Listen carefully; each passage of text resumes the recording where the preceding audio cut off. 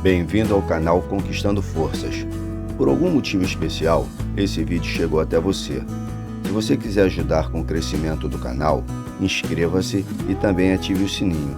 E assim, você vai ser avisado sempre que um vídeo for postado por aqui, que fará uma grande diferença em sua vida. Bom vídeo e até o próximo.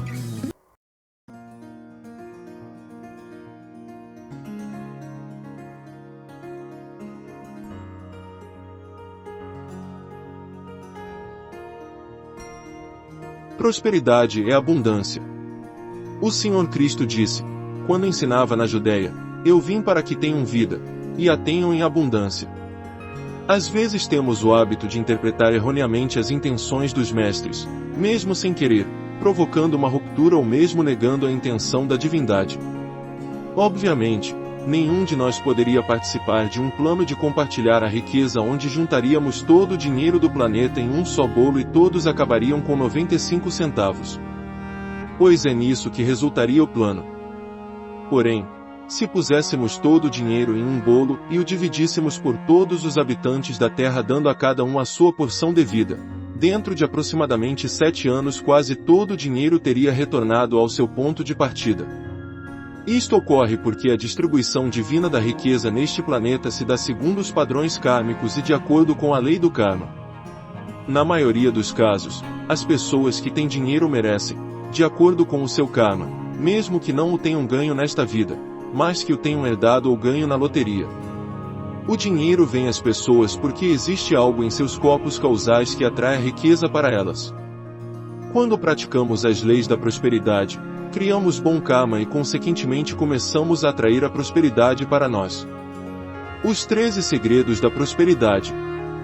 Segredo número 1. Nunca bloqueie o fluxo da sua energia. A posse do dinheiro propriamente dita não faz com que uma pessoa seja melhor ou pior. Não mesmo. O dinheiro, assim como qualquer talento ou dom de Deus, significa responsabilidade. Se possuímos muito dinheiro ou mesmo pouco dinheiro, ele é uma forma de prosperidade que não deveria ser represada como o Mar Morto. O Rio Jordão flui e deságua no Mar Morto. Entretanto, não há absolutamente nenhum outro tipo de sangradouro no Mar Morto. Esta imagem tem sido muito utilizada em escolas dominicais para ilustrar leis espirituais.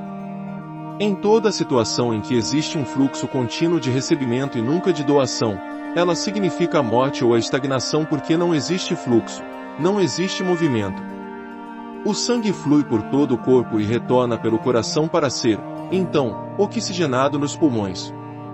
Todos sabemos disso, é a fisiologia básica. Entretanto, temos algo que é quase uma ameaça, no momento em que bloqueamos alguma artéria temos um grande problema. Você pode estar se perguntando por que estou dando este exemplo. Algumas senhoras, e homens também, têm veias com varizes. Os médicos podem aliviar este mal operando as veias e retirando-as, interrompendo assim o fluxo de sangue. Um certo livro, escrito por um médico, relata algumas práticas incorretas em hospitais e no meio profissional e conta o caso de uma mulher que passou por uma operação dessas. 2 dias após a operação, ela percebeu que os seus dedos estavam começando a doer e a ficar inflamados. Logo seus dedos foram ficando escuros e sem cor, até que o pé inteiro perdeu a cor. Quando ela finalmente retornou ao médico, já era tarde demais e ela perdeu todo o pé. A gangrena tomou conta do pé e bloqueou completamente o fluxo de sangue. Acho que poucas pessoas se dão conta da maravilhosa ação da natureza em manter o sangue circulando pelos nossos sistemas. Pois bem, a prosperidade é igualmente natural às crianças de Deus como o fluxo do sangue. E um dos segredos dos mestres é que eles nunca bloqueiam o fluxo de suas energias, sempre proporcionando uma vazão constante. Os homens de negócio fazem o mesmo, à sua maneira, investindo e reinvestindo o seu capital. Segredo número 2. Dê 10% de você mesmo para Deus. Outro segredo para a prosperidade é dar 10% de si mesmo para Deus. Não existe lei que nos impeça de dar mais, mas penso que dar a menos é depauperar a semente. Dar 1/10 é conhecido como pagar o dízimo. Hoje eu lhes transmitirei uma revelação referente à palavra dízimo em inglês, tithe, pronunciado Taide.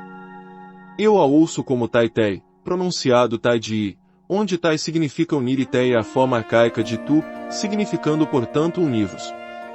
Os 10% são a porção do talento divino que se transforma na semente que os une à sua presença divina, a Deus, a grande fonte, de forma que o próximo ciclo decimal se cumpra e prolifere. É o 0, onde tudo começa. Vem depois 1, 2, 3, 4, 5, 6, 7, 8, 9 e aí vocês desejam unir-se novamente à presença. Taitei significa o elo, a união com a fonte do seu suprimento. No ato de dar estes 10%, estamos plantando a semente que fará o nosso suprimento se multiplicar no próximo ciclo. Se negamos isto a Deus, acabamos por não ganhar nada mais. Se guardamos para nós mesmos, perdemos, porque não existe a semente para plantar o próximo ciclo. Existe um próspero industrial de maquinaria de construção que, na sua juventude, fez um pacto com Deus de dar 10% de tudo o que possuía. Este senhor tem hoje uma grande família e viaja por todos os Estados Unidos trabalhando para Deus. Ele dá mais atenção ao serviço a Deus do que ao seu próprio negócio de máquinas. Entretanto, seu negócio é, atualmente, tão grande que chega a ser uma gigantesca indústria. Ele sempre utilizou este segredo da prosperidade, o de dar a semente. Consequentemente, o suprimento dele se multiplicou, e multiplicou e multiplicou e multiplicou, pois a lei sempre continuou a agir em seu favor. Segredo número 3. Dê em segredo.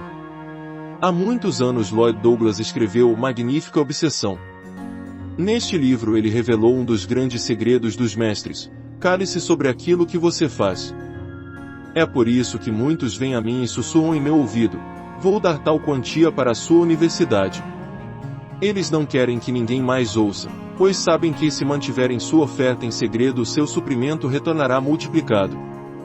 Um dos problemas na igreja moderna é a publicação dos nomes dos doadores nas peças impressas pelas igrejas. Na cidade de Nova York existe uma enorme atividade deste tipo.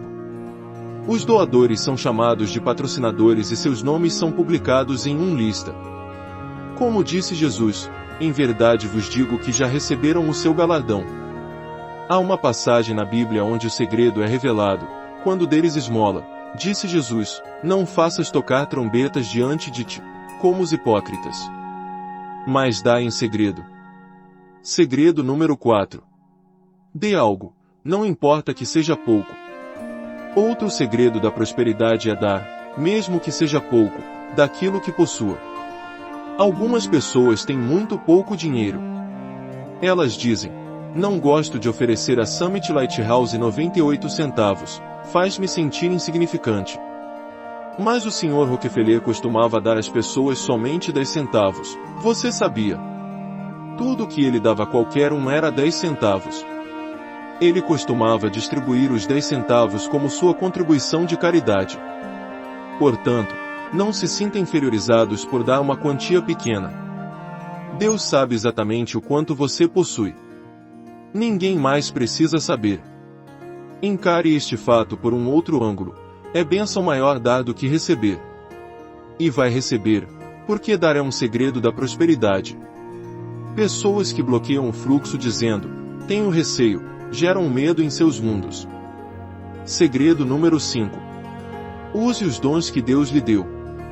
Este segredo foi ilustrado na parábola do servo que recebeu um mísero talento.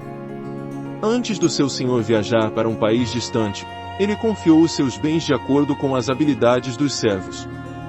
Para um servo ele deu 5 talentos, para outro servo deu 2 talentos e a um terceiro foi dado 1 talento. Naqueles tempos 1 talento era uma valiosa moeda de prata. Quando o senhor retornou, quis saber o que os servos haviam feito com o seu dinheiro. Perguntou ao servo que receberá 5 talentos: o que fizeste com eles? O homem respondeu: ganhei mais 5, além daqueles que me deste. O senhor lhe disse: bem está, servo bom e fiel. Sobre o pouco foste fiel, sobre o muito te colocarei. Entra no gozo do teu senhor. O segundo servo relatou que ele também havia dobrado os seus talentos. Aí veio o pobrezinho que receberá aquele único talento. ele o havia enrolado em um guardanapo e enterrado. Aí ele desenterrou o talento, retirou-o de dentro do guardanapo mofado e encardido e disse ao seu senhor: aqui tens o que é teu. Eu sabia que és um homem duro e temia por ti por esta grande responsabilidade. Tomei então o talento que me deste e o escondi na terra. Com um olhar severo e irônico, o senhor lhe disse: mau e negligente servo, tirai-lhe o talento e dai-o ao que tem 10. Pois a qualquer que tiver, será dado, e terá em abundância. Ao que não tiver, até o que tem lhe será tirado. Esta parábola tem sido muito difamada e mal interpretada. Ela tem sido mencionada para simbolizar que aqueles que não têm muito, terão menos ainda, e aqueles que possuem algo, terão mais ainda. Mas este nunca foi o significado dela. O objetivo desta parábola é demonstrar que o homem que recebeu um talento e não o utilizou teve o seu talento retirado. O segredo da prosperidade está claramente indicado aqui: usem o que têm. Portanto, quando usamos os dons que Deus nos deu com sabedoria, nós os multiplicamos. Isto não se refere somente a dinheiro. Dinheiro é simplesmente um meio de troca. Este conceito pode também referir-se a serviço. Pode referir-se a coisas que fazemos para as outras pessoas. Pode referir-se a outras pessoas, bem como a sua família. Segredo número 6. Pense que o mundo é a sua família. Uma das coisas que cristaliza a consciência e faz com que a abundância não chegue ao seu mundo é o sentimento de possuir as pessoas.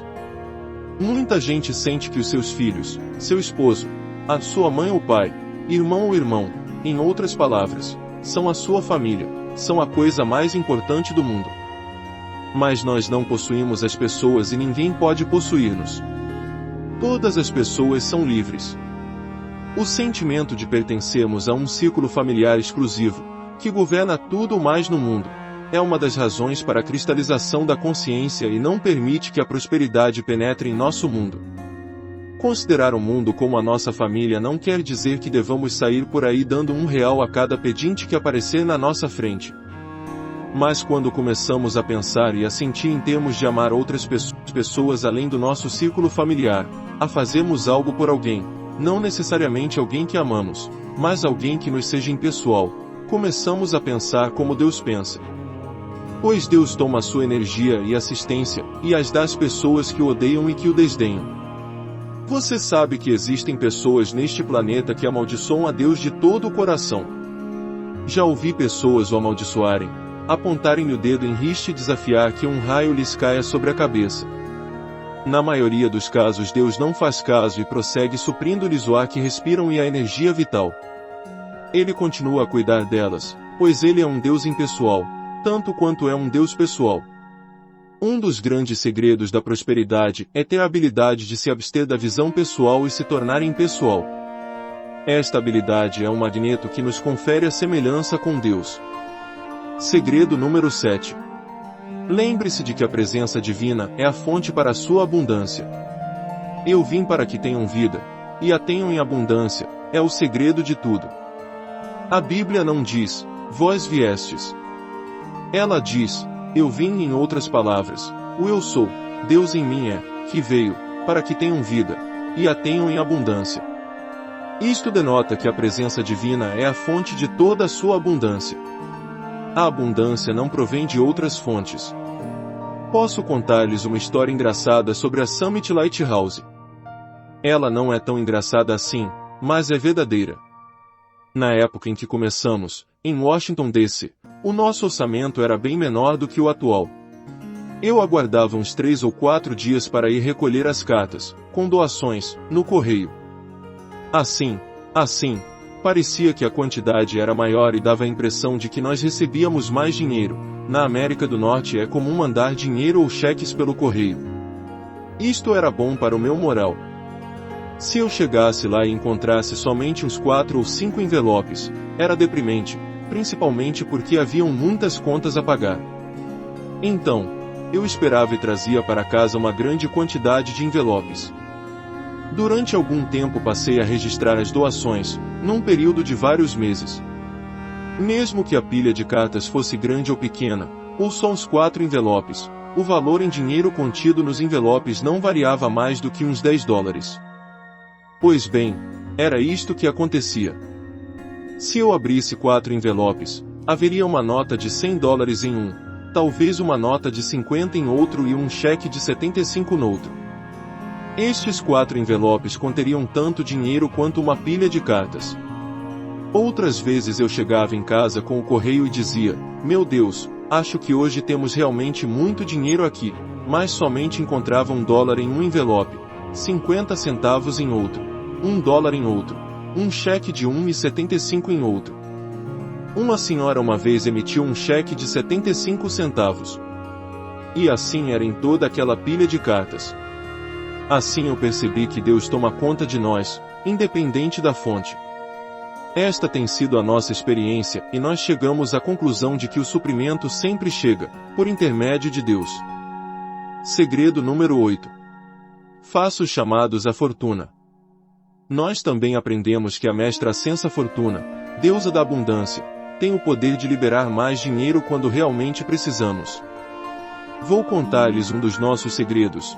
Toda vez que a situação piora, quando temos algum pagamento a fazer e não temos o dinheiro para pagar, reunimos todos os nossos funcionários e fazemos o decreto à Fortuna. Os tesouros da luz. Fortuna, deusa da abundância, das riquezas de Deus no alto. Libera os tesouros do sol, e concede agora àqueles cujo coração bate com a luz de Deus, todo o poder para trazer dos céus a abundância para expandir o plano, que os mestres mantêm para cada um. Nossa consciência afina pela tua, amplia nossa visão agora para ver que a opulência é destinada a todos, que olham para Deus e fazem um chamado. Nós agora demandamos, nós realmente comandamos, abundante maná das mãos de Deus. Agora embaixo, como em cima, que a humanidade expresse o amor divino. Algumas vezes recitamos este decreto por 10, 15, 20 minutos ou meia hora. Invariavelmente, dentro de alguns dias, o correio nos traz a quantia de dinheiro necessária. Segredo número 9. Confie em Deus. Com isto quero dizer que não devemos ver as pessoas como a fonte do nosso suprimento. Quando começamos esta atividade com a ajuda dos mestres, tínhamos uma senhora na organização que possuía mais de $60 milhões. Nós pensávamos que ela nos seria de grande ajuda à parte humana e nós assim pensava. E nunca tivemos uma decepção maior, provavelmente, muito justificada. Depois, tivemos um outro anjo que nos proporcionava algumas centenas de dólares por mês, mas ela se zangou por nada e suspendeu as suas contribuições. Era muito esporádica, às vezes ouvíamos falar dela, mas era raro. Deixamos de procurar pessoas para nos sustentar. Contamos completamente com Deus. Eis um outro segredo da abundância. Não conte com nenhum ser humano. Conte com Deus. Elizabeth tinha uma consciência de prosperidade bem maior do que a minha. Fui educado como um filho de fazendeiro e nunca tive nada. Meu pai veio do Canadá, onde tinha um bom rancho. Ele vendeu o rancho ao pai por $1. E então veio para os Estados Unidos pensando que, quando meu avô morresse, receberia o rancho de volta. Mas seu irmão mais novo, que havia ficado em casa ajudando o pai no rancho, conquistou o coração de meu avô, assim como Jacó. E meu avô deixou o rancho de herança para o meu tio, meu pai ficou sem nada. Meu pai não era muito habilidoso. Não tinha recebido muita educação e tinha que lutar muito pelo seu dinheiro. Ele poderia ter se dado muito bem no seu grande rancho no Canadá, mas, nos Estados Unidos, os tempos foram bem duros para ele. Ele fez a sua transição quando eu tinha 9 anos. Minha mãe não era muito forte, se preocupava e ficava nervosa por ter que sustentar um menino de 9 anos sozinha. Muitas vezes não havia nada em casa para comer além de 2 ou 3 fatias de pão. Quando eu me alistei no exército, durante a Segunda Guerra Mundial, a minha mãe era uma viúva que vivia só em uma pequena casa e tinha muito pouco dinheiro. Eu dava a ela um cheque do exército de $25 por mês e ela costumava fazer mais outros 25. Ela vivia, portanto, com $50, o que não era muito para a comida, passagens de ônibus, impostos, os gastos da casa e outras despesas. Era muito duro. Então, quando eu saí do exército, eu não possuía nada. Com Elizabeth foi um pouco diferente. Ela também não possuía nada. Mas ela se convertera à ciência cristã quando tinha 9 anos e aprendeu os seus conceitos de prosperidade. Eu fora treinado na linha da Igreja Metodista. De fato, eu era membro da mesma igreja que o senador Alexander Wiley. O senador Wiley era uma das pessoas ricas da minha cidade natal.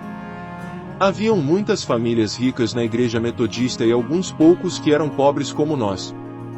Nos sentávamos uns ao lado dos outros na igreja, mas este era o nosso único contato. Existia, portanto, uma grande diferença entre a minha consciência de prosperidade e a de Elizabeth. Quando comecei este trabalho tinha um certo receio. Sei como é duro tentar imaginar de onde virá a sua próxima refeição ou o seu próximo dólar. Elizabeth não conhecia isto. Ela fora educada desde a infância a pensar em termos de que Deus proverá para as necessidades. Boa parte da minha educação em prosperidade veio de Elizabeth. Ela costumava dizer-me: Deus quer que nós tenhamos tal coisa, então vamos dar o nosso pagamento adiantado. Eu dizia: não temos dinheiro suficiente para isto. O que há com você? Não podemos fazer isto. Mas ela dizia: Deus pode suprir todas as nossas necessidades.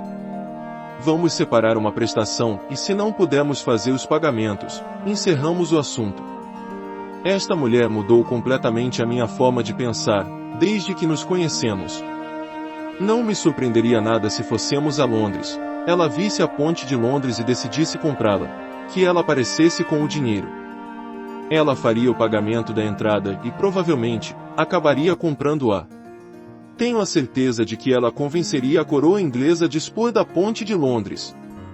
Boa parte do que aprendi sobre a abundância foi o resultado do trabalho dos mestres com Elizabeth. Creio que compreendem que eu tinha algo a dar-lhe em troca, haviam outras coisas que me haviam sido dadas. Eu era um daqueles de quem se dizia: abençoados os pobres de espírito, pois deles é o reino dos céus. Tivemos a oportunidade de descobrir muitas coisas sobre os segredos da prosperidade, porque damos a nossa prosperidade a Summit Lighthouse, e isto é bom. Segredo número 10. Mantenha sempre a semente da abundância e seus pensamentos elevados. Muitos de vocês não sabem que, quando começamos a nossa atividade, eu usava ternos da loja Eck Company, de Washington DC. Estes ternos custavam $19 e vinham com um par de calças. Lembro-me de apresentar-me no púlpito daquela casa magnífica, de pé na frente daquela senhora que possuía $60 milhões, com o meu terno folgado de $19, dando um ditado do grande reino dos mestres ascensos. Ela sentava-se à minha frente com as suas vestes reais, mas nunca se dispôs a desembolsar nada para melhorar aquela situação. Por quase um ano vesti-me com aquele tipo de equipamento. Então, os mestres explicaram-me as leis da prosperidade e comecei a aplicá-las. A primeira coisa que fiz foi encomendar ternos sob medida. O que é muito melhor, do ponto de vista dos mestres. Aprendemos sobre a abundância da forma mais difícil e sabemos que estas leis se aplicam a todas as pessoas. Ninguém deve privar-se daquilo que precisa, assim como não há razão para se possuir mais do que o necessário. Algumas pessoas dizem: vou reservar dinheiro para o caso de alguma necessidade. Acho que é uma boa ideia ser prudente. O mestre Elmore ensinou-me isto há alguns anos atrás, quando eu passava por uma situação difícil. Certa ocasião, depois de pagar uma conta, restaram-me somente $6 na carteira e muitas dívidas. Eu tinha um Lincoln novo, mas não tinha dinheiro nem para telegrafar a um amigo meu milionário para que me emprestasse algum dinheiro. Então, o mestre Elmore apareceu e disse-me: agora chega desta tolice. Eu retruquei: o que você quer dizer com isto? E ele respondeu: o que você precisa lembrar-se é de que, não importa quão pobre seja, guarde sempre $100, escondido em algum canto, para recorrer em caso de necessidade. Não precisa ser muito, mas tenha sempre uns $100 em espécie à mão. Quando um membro do nosso staff chegou aqui pela primeira vez, seus pais o haviam deixado sair sem um tostão e nós não tínhamos muito para ajudá-lo. Eu disse a ele: você precisa guardar $100 em algum lugar. E ele foi e comprou traveler checks e guardou na sua carteira. Sei que poucos aqui são o que chamamos pobres. Não importa. Ainda assim é sempre uma boa ideia guardar pelo menos $100 em dinheiro ou traveler checks escondido em algum canto. Este é um bom conselho para qualquer pessoa. Vou dizer isso porque o mestre Moria mostrou-me que esta é a semente da abundância. Quando se fica sem nenhum tostão, é um sentimento terrível ficar sem nenhum tostão, não temos nada que recorrer, exceto um ou outro amigo. Vamos até este amigo, e certo como 2 e 2 são 4, ele vai dizer-nos que agora não poderá ajudar porque muitas coisas aconteceram. Ou o dinheiro está aplicado num fundo fixo, que é como uma bomba relógio, tem prazo fixo. Portanto, guardem sempre uma semente para a prosperidade e mantenham os seus pensamentos muito elevados. Bem, isto não é fácil de fazer quando estamos por baixo. Se não fosse tão difícil, mais pessoas o fariam. Quando aprendem a não deixar a fonte secar até o último centavo e guardam uma reserva para recomeçar no caso de algum problema, terão confiança nesta semente. Podem, então, recorrer a Deus e Ele lhes dará a sabedoria para saber como utilizar aquilo que têm para conseguir mais. Mas se gastarem tudo o que têm até ficarem completamente lisos, duros, quebrados e na mão, aí não há o que lhes dê confiança. Acho que Deus me fez passar por estas situações para ensinar-me a lei. Precisei passar por estas experiências para poder aconselhar as pessoas mais tarde, pois recebemos, na nossa atividade, todo tipo de pessoas, do pobre ao milionário, do fazendeiro ao industrial. Temos algumas pessoas esplêndidas entre os nossos membros. Às vezes o homem com $1 milhão vem pedir-lhe um conselho da mesma forma que aquele que não tem nada, e queremos poder aconselhar as pessoas corretamente. Segredo número 11. Coloque a bomba para funcionar. Os nossos pensamentos têm muito a ver com a nossa prosperidade. Às vezes a forma de quebrar um hábito é gastando dinheiro. Havia épocas em que tudo dava errado e eu saía para comprar um terno caro, no meio da pior crise. Isto me dava uma força tão grande que os meus pensamentos se elevavam. O resto vocês podem imaginar. A primeira coisa que acontecia é que o dinheiro começava a fluir novamente. É o velho princípio de manter um pouco de água no encanamento para ter sempre a bomba pronta para ser ligada. Temos que deixar sair algo de dentro de nós mesmos porque estamos sofrendo uma estagnação mental. Este é o segredo da prosperidade. Como já disse antes, o motivo pelo qual a prosperidade deixa de fluir para o mundo das pessoas é porque elas pararam de dar. Não importa quanta água exista nos canos. Mesmo que seja só um fio d'água, se não houver nada que o interrompa, seremos capazes de manter a água fluindo. Por isso é importante manter a bomba sempre funcionando. É por isso que uma mulher sai para comprar um novo vestido. Às vezes ela se dá ao luxo de uma joia cara. A força que isto lhe dá e o dispêndio do dinheiro dão um novo ímpeto para que a abundância volte a fluir. Vocês precisam aprender a usar as leis da abundância. Não trabalhamos com elas somente através de preces e pensamentos corretos, mas também evitando que a lei da estagnação entre em ação, bloqueando o fluxo da abundância no nosso mundo. É por isto que alguns multimilionários assumem riscos enormes e, muitas vezes, se dão bem. Não é uma questão de sorte. É uma questão de fazer uso da lei. Segredo número 12. Compreenda que a prosperidade é uma atividade do espírito. Preocupo-me muito com que as pessoas compreendam que a prosperidade é mais uma atividade do espírito do que da carne. Muitos de nós preferem pensar que a prosperidade é algo da carne, que nós utilizamos as leis e então grandes somas de dinheiro são liberadas para o nosso mundo. Parece que as pessoas sempre querem dinheiro. Mas esta não é realmente a resposta. Felicidade, contentamento, paz de espírito, compreensão, compaixão, tolerância e todas as boas qualidades da vida têm mais valor do que qualquer outra coisa. O dinheiro não pode comprá-las. Apesar disso, Não se pode viver no mundo moderno sem dinheiro, a não ser que sejamos peregrinos da paz ou algo assim. Pode-se utilizar uma cuia de mendigo, como os pobres costumam fazer na Índia. Eles vagueiam o dia inteiro com a sua cuia e pedem esmola até que alguém tenha dó, dê uma moeda e eles então podem sair e comprar a sua refeição. Acho que poucos de nós poderiam viver desta maneira, particularmente quando se tem família. Segredo número 13. Quando estiverem tentados a se preocupar, dirijam os seus pensamentos para Deus. É interessante perceber como Deus tem suprido todas as nossas necessidades. Creio que todos deveriam desenvolver a fé de que Deus vai tomar conta das suas necessidades, não importa quais sejam elas. Ninguém nesta plateia ou no mundo deveria preocupar-se com o seu futuro. De fato, esta é uma maneira de bloquear o fluxo de bens para o seu mundo. A preocupação vai definitivamente bloqueá-los. A partir do momento em que começam a se preocupar, vocês se sintonizam com milhões de outras pessoas que estão se preocupando. Vocês nem sabem, mas os pensamentos deles serão atraídos como um imã para o seu subconsciente, e sua preocupação. Entre os maiores segredos da prosperidade está o de se sintonizar com o pensamento correto, começando a pensar corretamente consigo próprio. Dirijam os seus pensamentos para Deus, para os mestres e para a inexaurível fonte do suprimento. Aprendam a desenvolver o sentimento de que não importa o que eu precise, me será suprido.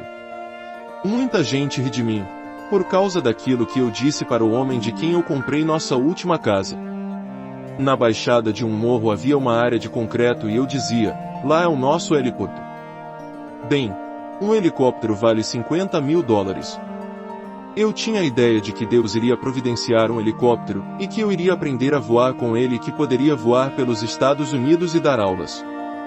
Nós não o possuímos por enquanto, mas a casa custa bem mais que um helicóptero, e o Senhor nos ajudou a consegui-la. Nós ainda pensamos que, quando tivermos o nosso rancho e tivermos a nossa universidade, teremos um helicóptero para voar para cá. Talvez possamos viajar todo o país com ele. Elizabeth diz que não quer voar comigo. Ela tem uma consciência muito grande de prosperidade, mas parece que ela não confia muito na minha capacidade de dirigir um helicóptero. Espero que eu os tenha ajudado um pouco com esta palestra. Eu poderia ter me estendido um pouco mais, mas creio que os pontos que foram apresentados são valiosos. Vocês podem sempre encher a xícara até que ela transborde, mas eu espero que eu tenha enchido pelo menos meia xícara de preciosidades nesta palestra. Gratidão e Deus lhe abençoe.